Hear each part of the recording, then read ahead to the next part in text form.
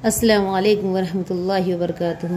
अगर आमाल अच्छे हैं तो पाओगे बड़े दर्जे, अगर आमाल अच्छे हैं तो पाओगे बड़े दर्जे, इम्तिहान इस दार फ़ानी में तुम्हारा है।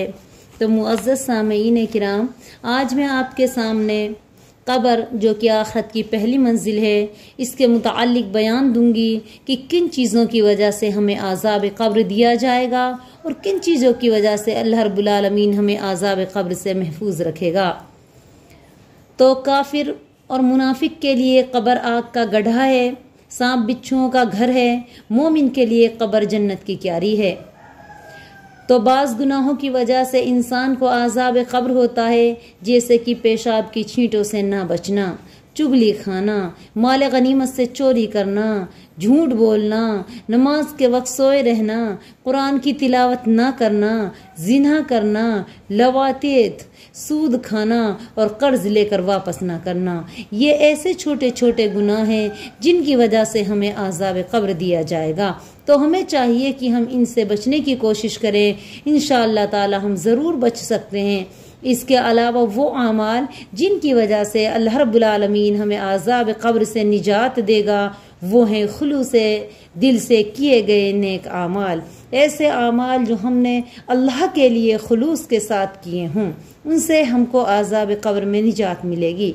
या आज़ाब कब्र से बराबर पनाह मांगते रहना, हम बराबर अल्लाह ताला से दुआएं करते रहें, अल्लाह हमें आज़ाब कब्र से महफूज रखना, या अल्लाहुम्मा इन्नी औज़ुबिका मिन अज़ाबिल कब्र। अगर हम ऐसी कोई दुआ करते हैं तो अल्लाह रब्बुल आलमीन हमें ज़रूर आज़ाब कब्र से महफूज रखेगा। उसके अलावा रसूलुल्लाह सल्लल्लाहु अलैहि वसल्लम ने इरशाद फरमाया कि सूरतुल मुल्क की तिलावत करना, कि जो बंदा सूरतुल मुल्क की तिलावत करता है सोने से पहले तो अल्लाह ताला उसको आज़ाब कब्र से महफूज रखेगा।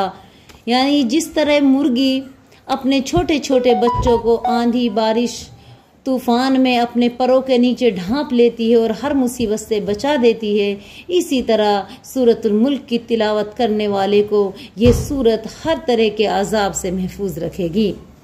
इसके अलावा आज़ाब कब्र से महफूज रहने वाले लोग, वो लोग जिनको अल्लाह रब्बुल आलमीन खुद ही महफूज रखेगा आज़ाब कब्र से, वो हैं शहीद, सरहदों के पहरेदार, जुमा के दिन वफात पाने वाला और पेट के मर्ज में मरने वाला।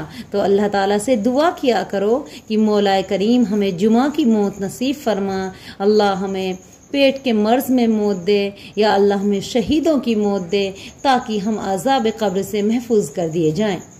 अल्लाह के नबी करीम सल्लल्लाहु अलैहि वसल्लम ने इरशाद फरमाया कि कब्र तुमको रोज़ाना याद करती है, हर इंसान को रोज़ाना याद करती है। अगर इंसान जन्नती है तो उसकी कब्र कहती है कि ए इंसान, तू दुनिया में बहुत परेशान है, तू जल्दी से मेरे अंदर आ जा, मैं तेरा इंतज़ार कर रही हूँ, मैं तेरे लिए बन रही हूँ, सज रही हूँ, संवर रही हूँ, तू कब मेरे अंदर आएगा? मैं तुझे इतना ऐश और आराम दूंगी कि तू दुनिया की सारी तकलीफ़ें भूल जाएगा।